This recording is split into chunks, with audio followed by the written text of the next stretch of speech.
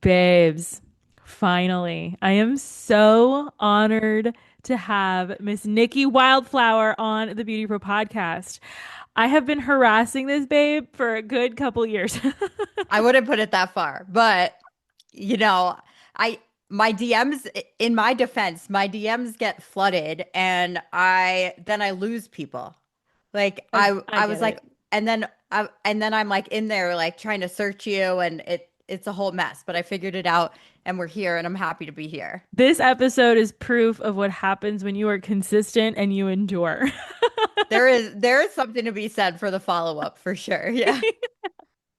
Anyway, so if you do not know Miss Nikki, I'm gonna let her introduce herself to everybody listening and watching to the Beauty Pro podcast. Okay. I'm Nicki Wildflower. I help hairstylists, salon owners, hairstylists, and actually other service providers work less and earn more. So through efficiency and smarter systems. So I will help you increase what you earn per hour worked behind the chair pretty significantly. I love watching her videos. I love the energy. I love like the straightforwardness that you have all the time. And I'm like, Yeah. yes, be bold. Say it Yeah, like it is. it gets me in trouble, but that's okay, I right? know. I know. It me too. It's fine. It's a curse. It's a blessing and a curse, I It's a think. blessing and a curse because we probably wouldn't have a platform without the big mouth. But also you get your do we curse on here or no? Yeah, girl. Be you. Okay. Also we get our ass kicked sometimes. All the So time. Yeah. I'm always in yeah, trouble. It's fine. me too. I So am always in trouble. so how did you get into wanting to teach this specific niche? Oh my gosh, I did not. I did not want to teach anybody. I say this no, I really didn't. I this was like not on my bingo card. I didn't think I was going to be an educator or I don't know. I the word has an or an influencer in the hair world or anything like that. I was overworked behind the chair. So like I when I went into my own suite, I stopped double booking and everything, but I was literally working until like my colors were taking me like 4 or 5 hours, big transformations. I was just working until I had no boundaries. I wasn't charging enough. And I was working until like 10 o'clock at night. And I was just Mm. so exhausted that all I really did was solve a problem for myself. I was like, okay, I have to figure out number one, how to get these appointments faster. Like stat, I know that there's got to be easier ways. And then so I just made it my mission. I'm like, I will find every single tool that could possibly make my life easier so that I can work less than this. And then the other thing was obviously like implementing boundaries and then raising my prices and continuing to raise and run my business like a business. So I didn't intend to become a teacher. I just started sharing what I was doing. Like I would share my work and then clients would come to me and then people just started asking like, "Do you ever teach classes and stuff like that?" I'm like, "Okay." So I'm like, I'll film a couple classes. So I did that. I sold them for like $47 each. Then like people were like, "Do you have any more classes?" And I'm like, "I'll make a whole course library." I don't know. So I made a whole course library. And then people were like, "Can you actually help me with my business?" I'm like, "Okay." So then it turns into me consulting and coaching and then it spiraled out of control. So here we are. I love that. But I no, it was love never my intention. And you know how you get these beliefs about yourself? So I definitely was really bad in school. I have severe ADHD, love it. currently unmedicated because those medications make me anxious. So I have really severe ADHD. I'm dyslexic. Was I had a really hard time in school, so I was Yeah. like, I could never teach people because that's not how my brain works. I'm going to be all over the place, but I actually my people found me, so That we're good. is so beautiful. Like when I was going to school to be certified as a coach, they would teach me and us, the students, that the biggest lesson that you or the struggle that you go through in your life, which for you was like being a bad student, right? That is the thing that you're supposed to teach other people. I know. So, and you're doing it. And it's like, I just love that it kind of just like meshed in together. So I had to share. It But happened like serendipitously, right? So yeah, it's so beautiful. So then, okay, so then what has been your biggest failure you think? Like personal life, professional life, like it merges together. Yeah. Shiny object syndrome. Mm, Here's what I mean. I get an idea. My brain just does not stop. So hmm I'm very creative. I love coming up with ideas. I don't just get ideas, I actually execute them. And that's not actually always a good thing. Like what I hmm found is that it's like the boring, repetitive, consistent stuff that actually makes you really successful that most people cannot do because it's boring. And I'm no different than anybody else. I want the next shiny thing too. So I think that's been my biggest challenge is like always is keeping myself from going after the shiny things all the time. And I hmm don't mean financially. I mean like distracting myself and going after something new and fun. mm. How about you? For me, oh yeah, I can definitely say shiny object syndrome. I love creating. I'm always like, oh, that could be a good class, and this could be a good class, and that could be a good topic. Like my chat GPT is on fire, like all the time, because I like wake up in the middle of like 1 o'clock, 3 o'clock in the morning, and I'm like, oh, I gotta write this down really fast. And Ideas. then I'll go, Yeah. yeah, and I gotta go back to sleep. Oh, and then like if you put it in ChatGPT, you're like, now where was that? Yes. Like, Yeah. And you got to go back and you got to read the whole thing. And you're like, oh, that. Okay. Whatever. So, yeah. Yeah, that's been the biggest challenge for me, that and turning it off. yeah, Like I could if I didn't have children, I would work literally 24/7. I'm obsessed. I love it. It's not like in but not even necessarily like in a good healthy way. I Hmm love what I do, yes, but it's like so far beyond that. I'm obsessed. I could just work 24/7. I relate. I relate to that. Like, I've had family members like pry me away from the computer, like, pry me, like, get away from, turn your phone off, like, just watch a movie, just stop. I'm like, no. And also it's like respectfully, I don't want your life. So I'm going to do Right. what I do. Right. But you know, I have children, so I don't know like do you? I do not. I have a puppy. And Yeah. he gives me breaks. He's like, you got a break. Let's go. Yeah. But okay, so you have kids, husband, Yeah. boyfriend, Wife. wife. Okay, so how do they play a role in your career? Like besides like giving you that break, right? How Yeah. are they supportive? Because that's like a big deal in our industry where our relationships suffer big time because we do get so obsessive. Oh my gosh. Well, okay, so uh when my wife and I got together, she was in financial tech and I Okay. was doing hair, like working at a commission salon. This was 10 years ago.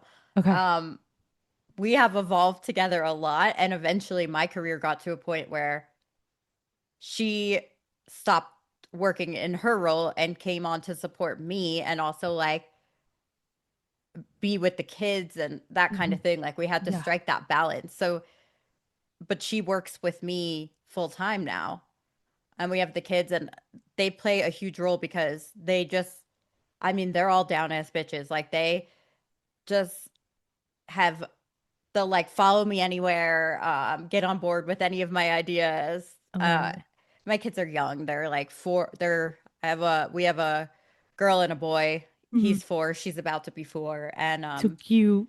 yeah, they're just really they adapt so easily, and they will like bounce around the country with me chasing dreams basically. Yeah. Um, we travel, we have fun, but we work really hard, and I definitely in the past and in past relationships definitely couldn't have built this. That's for sure. Yeah. Yeah. Why do you think people always end up coming to our industry? Like why do you think they leave their stuff to come help us and build what we're building in our industry?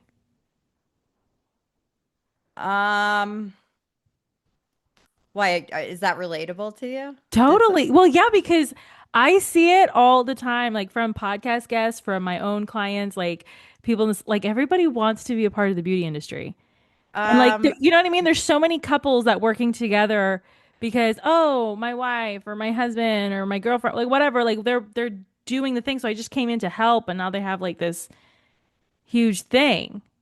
Like, I why? think I think it's because like I mean in our case it just made sense. Like what it just made sense. Like it just grew really fast and it was like maybe you don't have to like work a corporate job anymore Yeah. in New York City. Maybe we could just not do that. Maybe you could just help me. Yeah. And I said maybe you could just help me a little bit, but It ended up being it was bigger.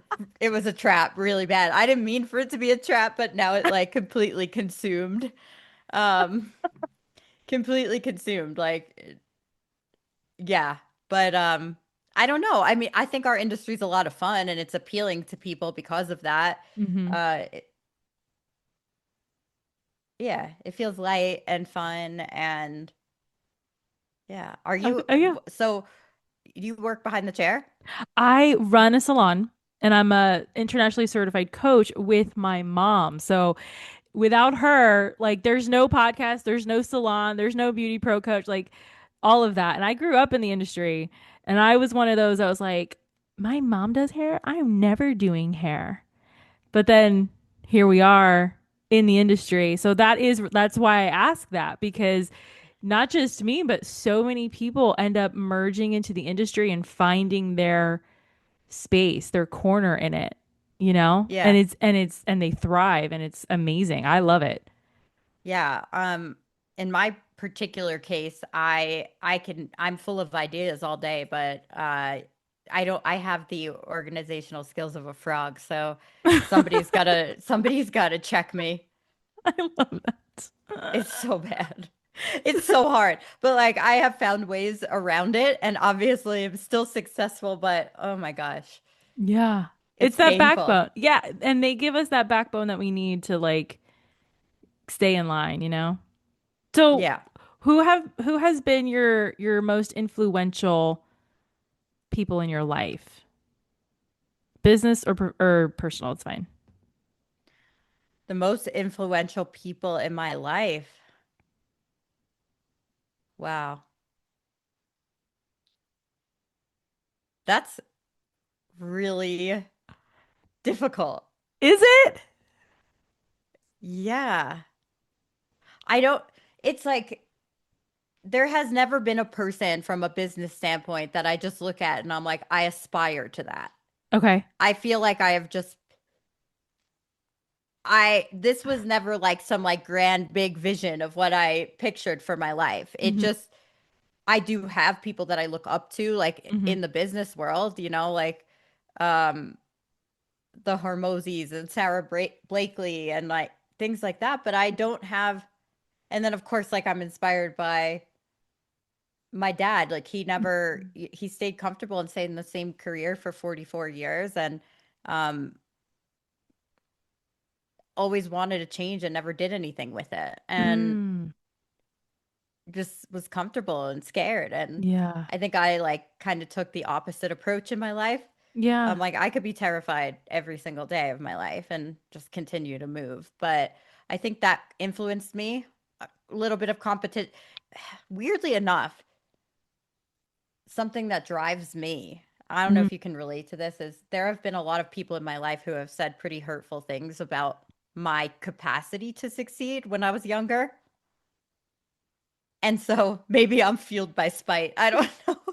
That's actually that was actually my next question for real. Like, what has been your favorite insult that you've gotten that is just like driving you? Okay. There were just boyfriend. Okay.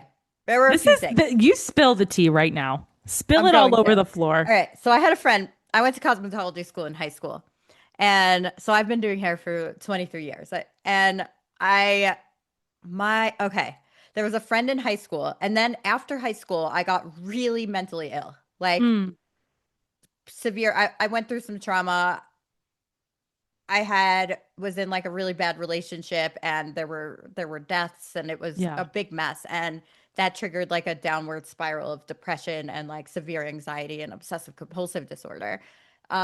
I my friend's mom said to my mom, "This is what happens when your kids don't have an education." And that fueled me. The I feel you. guy that I was with um basically told me I'm nothing without him and I would never amount to anything in my life. And then the person that I was with after that told me the same thing. Like you're a Oh. hairstylist. Like what are you going to do? So I took that. Uh-huh. I think a lot of hairstylists are made to feel that way in some way, Hmm. shape, or form. I don't know if people do it on purpose, but I think it's changing for sure. Hmm. But at least back when I went to cosmetology school, that was like a fourth tier career Yeah. choice. Yeah. So yeah, something in me just like I've always been rebellious, I guess. When my parents would tell me to do something, I did the complete opposite. If they told me not to do something, I fully did it. So Yeah. that served me well. I think proving a point. Yeah. That's probably the main driver. Yeah. It sounds like it. From But then like, like you but go then ahead. you Go ahead. hit the success and you're like, okay. I d- like they're not even thinking about me. Yeah. Like 20 years later, and you're like, I'll show I did you. it, you asshole. And you're like, they're Guy's like, like, who? okay. Okay, They great. probably don't even remember they even said that. And like, No, definitely not. Definitely don't remember. And I'm like, okay, so I just like worked my ass off and made all this happen for like, somebody who probably hasn't thought about me in 15 years. yeah, and you can't even like go and like, look what I did because they don't. Okay, cool. Like, Hey, I know we haven't spoken in 15 years, but I wanted to let you know that I am wildly successful despite your words. just wanted to let you know that. Have a great day. Have a great life. Um, yeah, I don't know what has fueled you. I think for me, what has fueled me is just not not failing. Like Yeah, I just want to get to that goal, whatever it is, and be like, see, I did it. I'm very much a self motivator, me too. Yeah. right? But it's just the satisfaction, yeah, I think it's the satisfaction of being like, I did that. Watch this. Yeah. Check it out. Check out what else I can do. You know? Are you like driven like what does money motivate you? Yeah, girl. Have you heard those studies where like money doesn't motivate this like newer generation of stylists? Have you I heard that? believe it.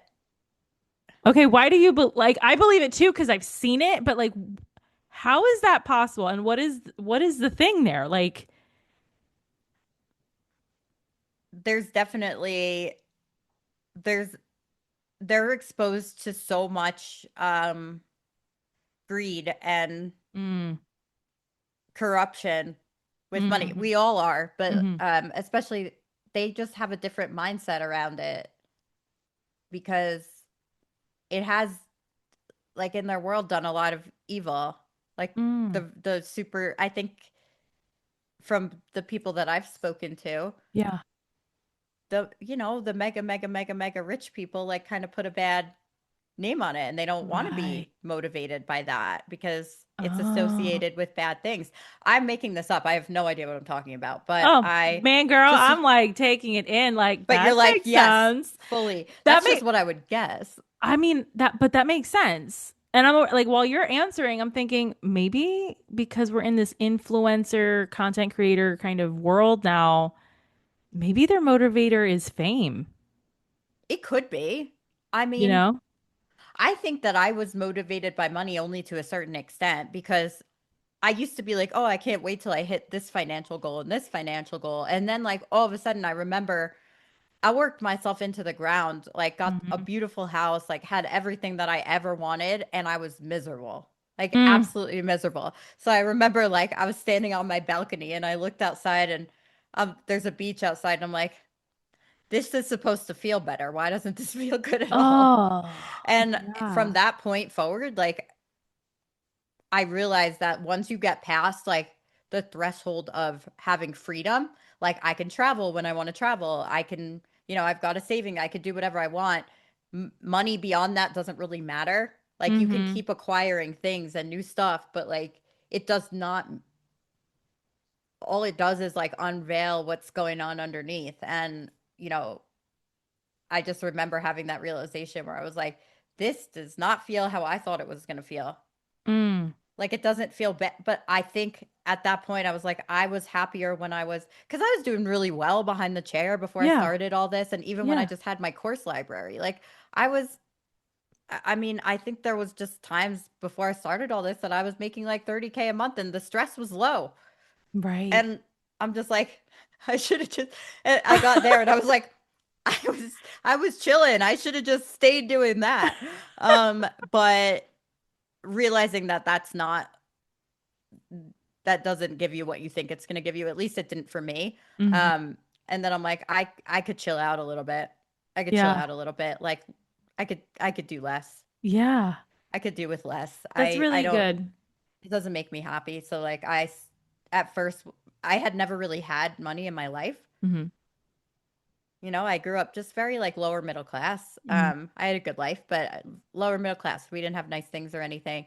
My entire adult life up until I was 30, I was just flat broke. Like Hmm. broke, just paycheck to paycheck. And then um I started making money when I moved into my own studio, and for the first time in my life, like I was doing well and comfortable, and my wife, she wasn't my wife at the time, she's my girlfriend, but um she got a really good job, and all of a sudden like we didn't have to worry about finances anymore. And then it kept growing on top of that. And then when I started this and it grew really fast, I was like, I've never had money in my life. Like you're getting I'm taking you on vacation, you on vacation.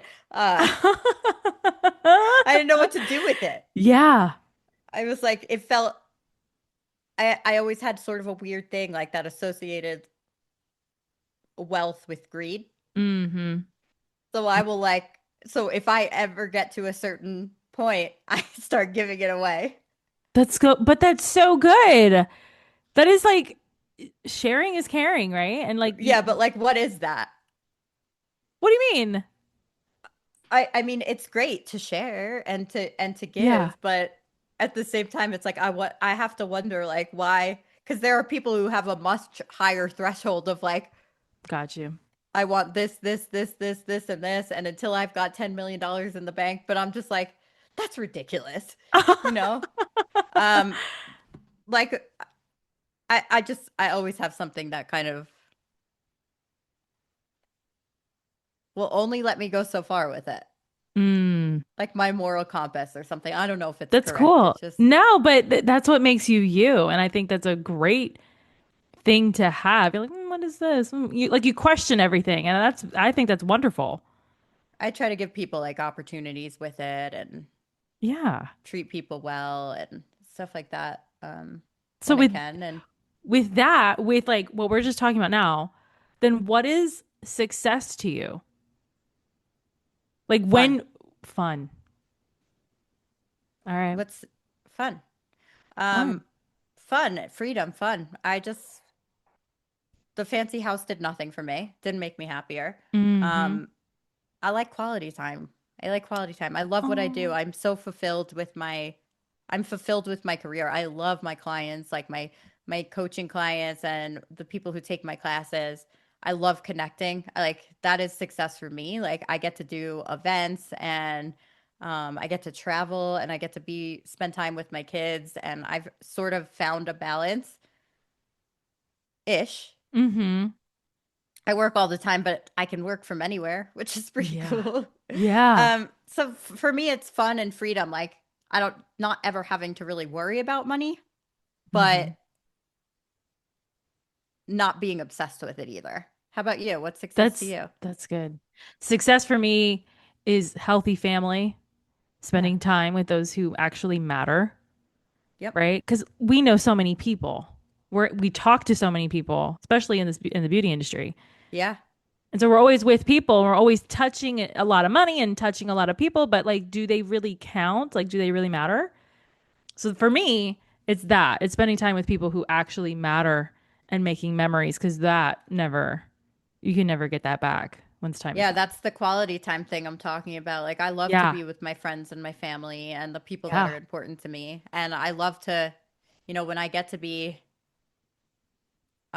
we have a retreat out here in Colorado. And when people fly out here for classes and stuff like that, it's really fulfilling to just like be together in person and laugh and have fun and learn and grow. So, and then, yeah, that's what it's about. Hmm. Yeah. What do you think the industry is going to be like 5 years, 3 years even? Because it's been changing crazy fast since COVID. So,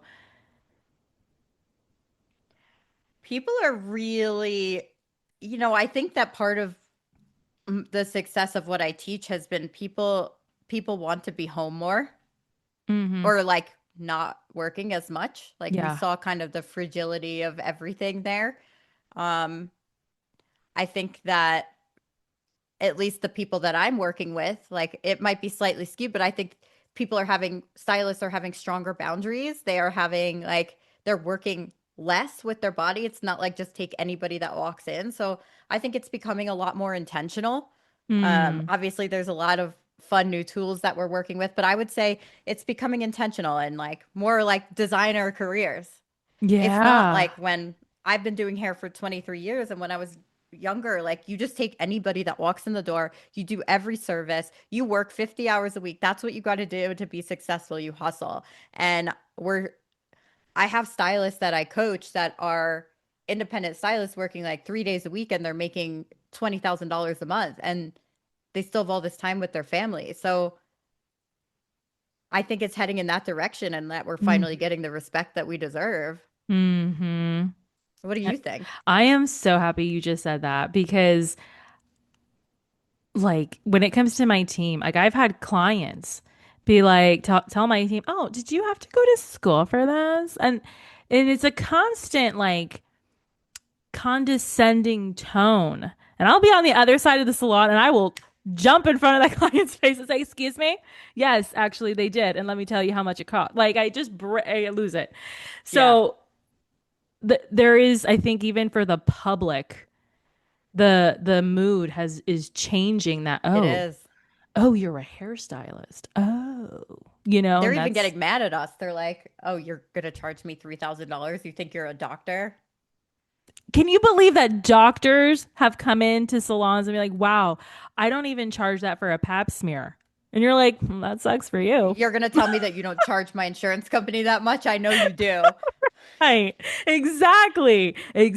So I'm You know very what I say? happy. Well, nobody wants a freaking pap smear. Everybody wants hair. That's It's perfect. not exactly an enjoyable experience. So, Yeah, I'm yeah. bump that noise. I yeah.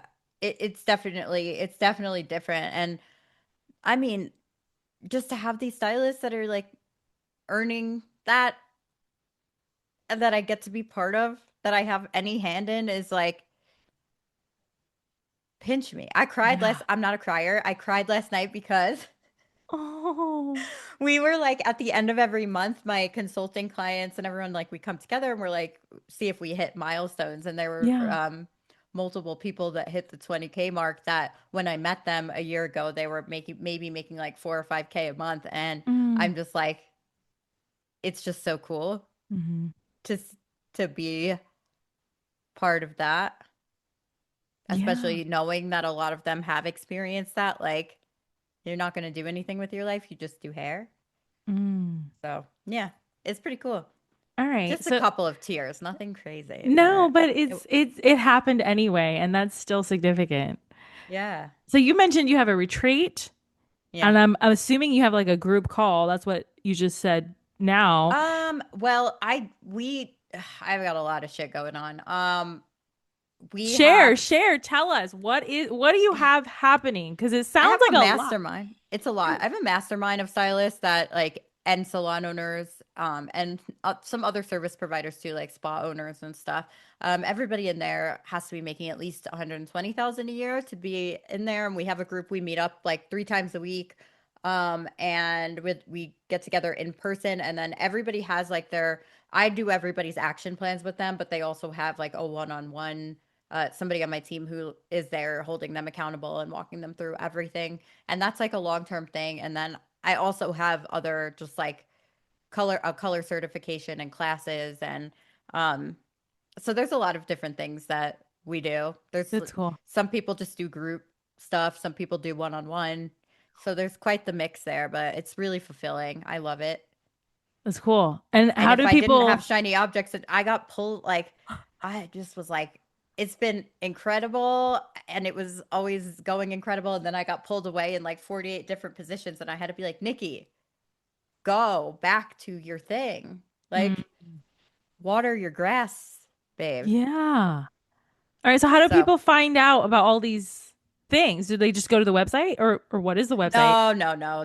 I mean, there's NickiWildflower.com, but like normally people just DM me.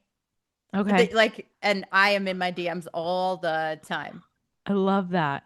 I get about this week we have had like 1,100 DMs. So I'm in there and I have a couple of assistants that help me because I can't answer everybody, but um that's how like I've built this is pretty much in my DMs on Facebook, on Instagram, on TikTok. Um YouTube's doing DMs soon too, which is cool. Oh Did you my know that? God. I am so excited. I am so Yeah. excited. I love that. Because I am all about connection. So Yeah. I don't like clients or like potential clients just to come into my world and like have no connection with me Hmm. first. I like to, as much as you can be on the internet, I like to do voice notes with people and Hmm. really like see if I can help them instead of just like, here's a website, order it here, and then you're like Hmm. lost in the sauce. I'm like, no, we're not doing that. I love it. So they just DM me because everyone's different and I pretty much have something for every price point and budget. Yeah. So yeah. Yeah. And we're going to put all of your links and all of that in the show notes so that people can connect in all the different ways Yeah, because I love that. that's important to me too. Like there's no reason for us to be like robots on social. Like that's what defeats the whole purpose of social media. Hello, you know? Well, people will be like, how did you grow your businesses so quickly?" And I'm just like, "Well, first of all, it wasn't. There was like 5 years of behind the scenes that nobody saw. But Yep. second of all, Yep. I do the unscalable. Like, how many people are willing to literally have 200 conversations in a day with people in their DMs? Exactly. Not pretty much no one. So it's not that hard to well, it is Exactly. hard. It's consistency. It is difficult, but like most people are not willing to do it. So when and I just think that that is always going to give you when it's something hard, you know that most people avoid it. Hmm. Don't avoid it. Just do it. Just do it. Do the hard work. I'm And so don't stop happy. doing it. Yeah, don't stop. Like, and I feel like everybody's taking the easy way. It's like, oh, Yeah, I don't want it's to do that. hard. It's Just, hard. hmm. And I don't recommend it for everybody. Like, you have to do that. You could be perfectly happy, like, having your career behind the chair and like you can do great. You can make 20, 30,000 a month, be happy, chill, work 3, 4 days a week. Or you could be absolutely out of your mind like me. I'm not saying that that's the right path to go at Right. all. Like, there's got to be something wrong with you. But if you have the same thing wrong with you, maybe do that. What's one area that nobody agrees with you about? Nobody agrees with me. Yeah.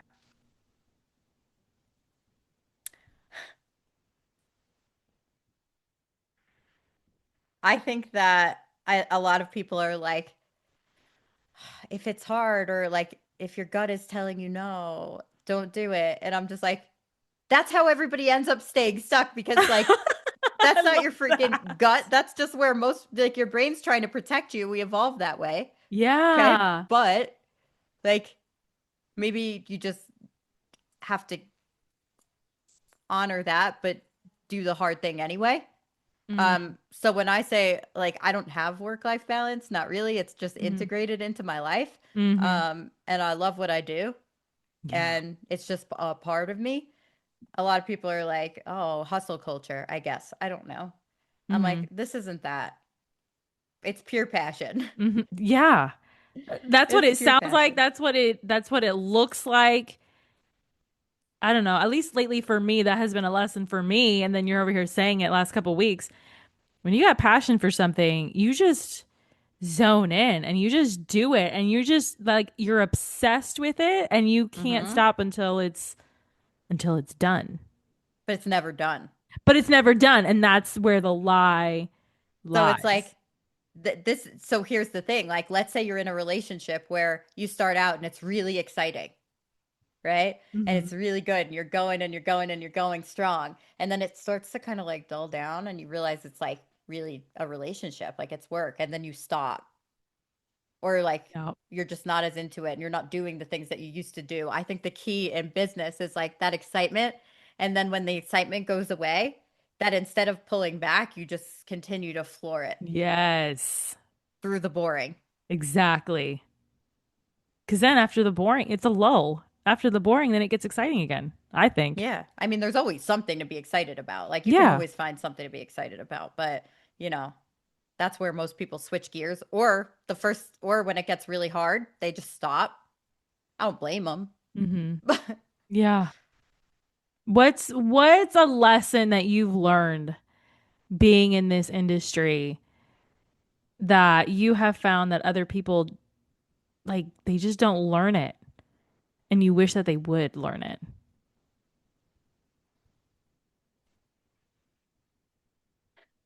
The cheaper the client, the bigger the pain in the ass they're going to be. Mm, that's a good one. That's a good one.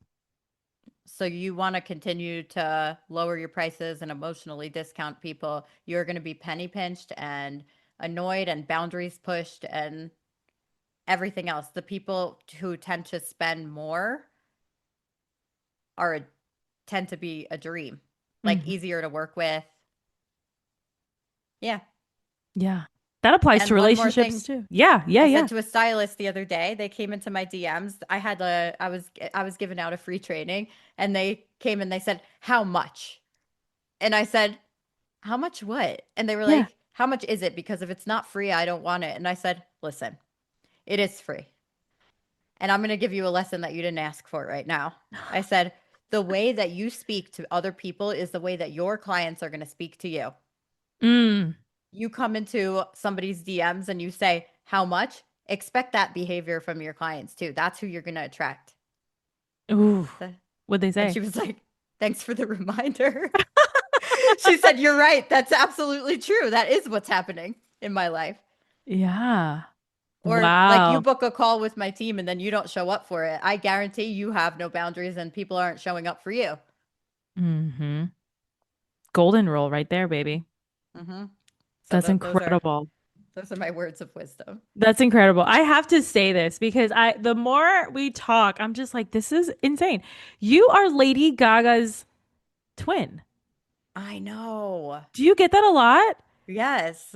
Oh my God. Like I'm watching you and like your mouth, like your facial move, like I'm just like, oh my goodness, Do we sound doppelganger. alike too? Sometimes. I Like your think I have a heavier accent. your pauses are like right on it, like how she pauses for stuff. Oh, I get that a lot. Yeah. Are you I've from New put on York? a cut. Yeah. Okay. You're Yeah. probably related, like honestly. I mean, people are always like, "You look like Lady Gaga." I'm like, "We're Italian." Like, Okay, we're you, Italian. you I'm an Italian woman from New York. I look like, yeah, we all look the we same. all look the same. Thanks. But no, I see it for sure. I do. You do. Okay. Yeah, I've been getting that. I've actually like gone viral a couple of times just because I look like Lady Gaga. Damn, girl. Did you should do the genealogy. See if we're actually related. Yeah. I mean, come on. I think it's cool. I'm into that kind of stuff. I'm a nerd. Yeah, she didn't come up on the ancestry, No. All unfortunately. right. No, That sucks. All right. I So know. I feel like we went through a lot, but like, what is it? What's a question that I didn't ask that you wish I would have? And how would you have answered? Oh my gosh, that is a terribly difficult question. I A question that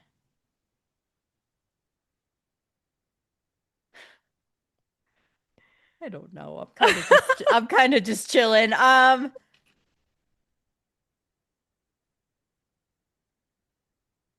Huh.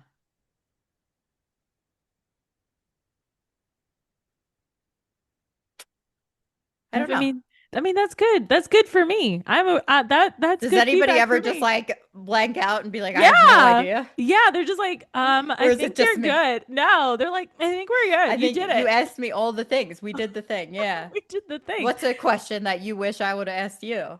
I know I'm not the I interviewer don't here, know. but Like I never expect any questions. So like the fact that you even asked anything at all, I'm like, "Oh, let's do it." Like I'm all about it. So it's chill. oh, I didn't know. I thought that was, I mean, I've been on a few podcasts, but I thought that was pretty standard. I thought we were It's just just having you know what? I That is love that. something though, that is something too that I teach my stylists when it comes to like even selling things and having conversations with your clients. I'm like, be curious, ask more questions. Yes. Like, shut up. Just shut up for a second and just instead of being like, this product has quinoa protein in it and it's going to make your hair feel amazing. Do you want to take it home? Just say, is there anything you could change about your hair if you could? Easy. Flip the Ask script. questions, Ask lean questions. in. I'm about it. I love that. All right, Yeah. so the way that the people watching and listening, the way that they can get in contact with you is through DMs. I So think we're you need gonna. to just slide in there. Yeah, I'll send you a free training on efficiency. Oh, I love that. Tell me where you came from. Yeah, connect with her, you guys. Oh my gosh, Nikki. Thanks for Thank coming you for on. having me. Thank you for being on the Beauty Pro podcast. Like,